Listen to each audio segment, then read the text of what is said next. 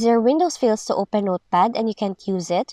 Fortunately, there are some quick fixes you can use in order for you to regain access to the Notepad app on your Windows computer. But before you try any advanced solutions, try using an alternative methods first, like opening Run dialog box, search for Notepad, and then press Enter.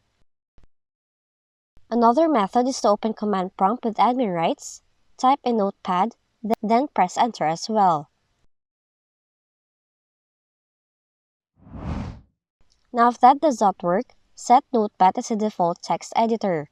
Do it by opening Settings, click Apps, scroll all the way down to the Related Settings section, click Choose Defaults by File Type,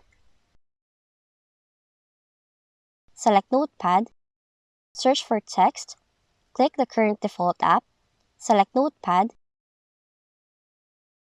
then click Set Default option. Now you have to try opening a few text files and see if they open in Notepad. Last on the list, repair or reset Notepad. To do so, open Apps and Features,